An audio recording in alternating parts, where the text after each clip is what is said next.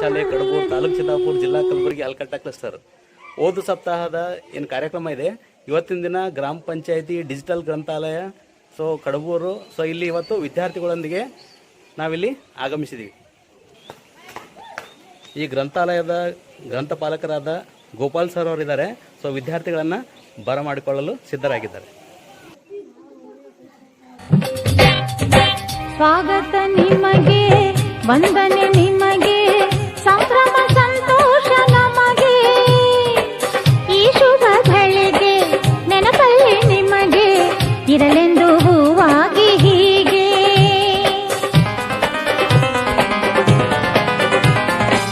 ಸ್ವಾಗತ ನಿಮಗೆ, ವಂದನೆ ನಿಮಗೆ, ಸಂಭ್ರಮ ಸಂತೋಷ ನಮಗೆ.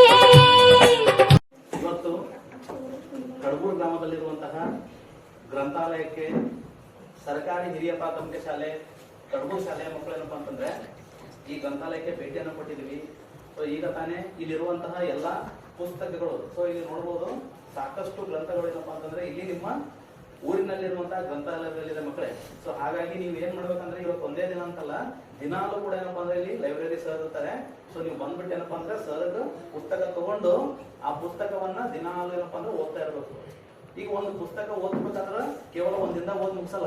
ಅದನ್ನ ಏನ್ ಮಾಡ್ಬೇಕಂದ್ರೆ ಇವತ್ತು ಎಷ್ಟು ಪೇಜ್ ಓದಿನಿ ಬರ್ಕೋಬೇಕು, ಒಂದ್ 4-5 ಪೇಜ್ ಓದಿದ್ರೆ ಮತ್ತೆ ನೆಕ್ಸ್ಟ್ ಡೇ ಬರ್ತಿ ಮತ್ತೊಂದು ಸ್ವಲ್ಪ ದಿನ ಸ್ವಲ್ಪ ಪೇಜ್ ಓದ್ಬೇಕು. ಈ ತರ ಸಾಕಷ್ಟು ಭಂಡಾರ. ಅದು ಏನ್ ಹೇಳ್ತಪ್ಪ ಅಂದ್ರೆ ಪುಸ್ತಕ ಓದಿ ಮಸ್ತಕವನ್ನ ಬೆಳೆಸ್ಕೋ ಅಂತ ಹೇಳ್ತಾರೆ.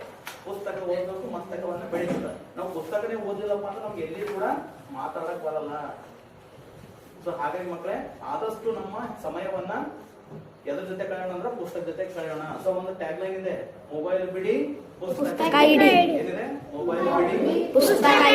ಹಾಗಾಗಿ ನಾವು ಯಾರು ಕೂಡ ಮೊಬೈಲ್ ಅನ್ನ ಸ್ವಲ್ಪ ಹೊತ್ತು ದೂರ ಇಟ್ಟು ಪುಸ್ತಕ ಜೊತೆಗೆ ಹೆಚ್ಚೆಚ್ಚು ಟೈಮ್ ಅನ್ನ ಕಳೆಯೋಣ. ಓಕೆನಾ? ಎಲ್ಲರೂ ಟೈಮ್ ಕಳೀತಾರೆ ಪುಸ್ತಕ ಜೊತೆಗೆ. ಇವತ್ತಿನ ದಿನ ನಾವೆಲ್ಲರೂ ಕೂಡ ಈ ನಮ್ಮ ಕಡಬೂರು ಗ್ರಾಮ ಪಂಚಾಯಿತಿಯ ಸಮೀಪ ಇರುವಂತಹ ಒಂದು ಗ್ರಂಥಾಲಯದಲ್ಲಿ ಅರಿವು ಎಂಬ ಕೇಂದ್ರ ಅಂತ, ಈ ಕೇಂದ್ರದಲ್ಲಿ ನಾವೆಲ್ಲರೂ ಕೂಡ ಸೇರಿದ್ದೀವಿ.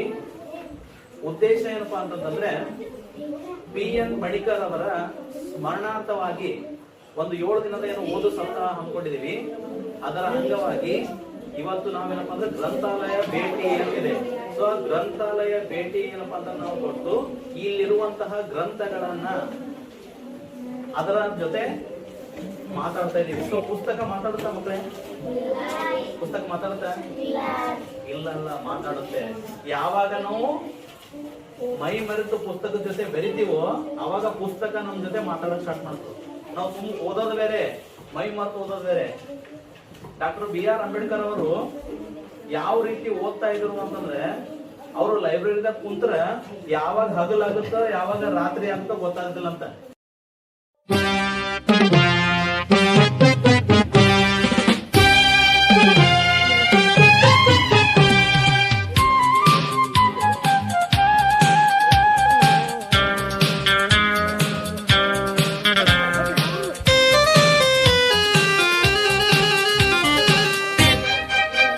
ಕಾಯಕವೇ ಕೈಲಾಸ ಅಂದರೂ ಬಸವ, ಅದರಂತೆ ನಡೆದರೂ ನಡೆದಾಡೋ ದೈವ.